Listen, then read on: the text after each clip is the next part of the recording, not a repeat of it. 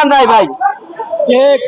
এখন শেখ হাসিনা ৭১-এর চেতনা বিক্রি করেছে, এখন ২৪-এর চেতনার বিক্রি অলরেডি শুরু হয়ে গেছে। এই আহতদেরকে দিয়ে অনেকে দল মত তৈরি করার চেষ্টা করছে, কিন্তু যারা বাস্তবে আন্দোলন করেছে, যারা মূল যোদ্ধা, তাদেরকে কে দেখেন জয়ের ফাউন্ডেশনের সামনে চিকিৎসার জন্য কাতরাচ্ছে। তাদেরকে গিয়ে দেখেন জয়ের ফাউন্ডেশনে ঝুলিয়ে পিটাচ্ছে। এরকম রেকর্ড আমার কাছে আছে। আশুলিয়াতে আন্দোলনকালীন আমার যাত্রী ভেঙে যায়, সেইখানে এক যুবক ওই লাশের গাড়ির থেকে আমাকে টেনে নেওয়ায় সেই যুবকের চোখটি অন্ধ হয়ে যায় আন্দোলন চলাকালীন।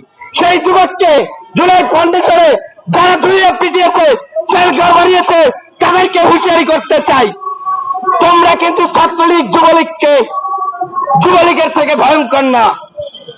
আমরা বলতে চাই শেখ হাসিনা পালাতে পেরেছে, সুযোগ দেওয়া হয়েছে, কিন্তু তোমাদেরকে সেই সুযোগও দেওয়া হবে না।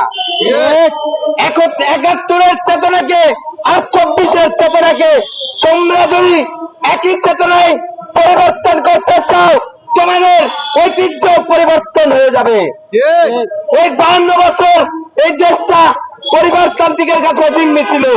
এই ২৪-এর পরে এই দেশ কোন পরিবারতান্ত্রিকের হাতে কোন পরিবারের লোক রক্ত দেয় নাই, রক্ত দেয় নাই, আন্দোলন করে নাই, সংগ্রাম করে নাই।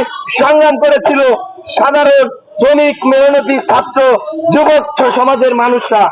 আপনি যারা বড় বড় কথা বলছে, নাকে সরিষার তেল দিয়ে ঘুমাইতেছিল, ঘুমের ওষুধ খেয়ে ঘুমাইছিল। মামাই উইটা শুনে ৫ তারিখে শেখ হাসিনা পালায় গেছে। নাকে মুরগির পশম দিয়ে চুলকাইয়া উঠাইছিল, উঠতে পারে না। খাওয়া খাইছিল, মামারা খাইয়া উইটা শুনে হাসিনা পালাইয়া গেছে।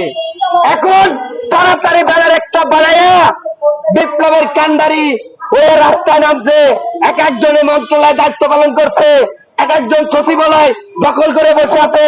এরা কারা? সবাইকে আমরা চিনি ভালো করে।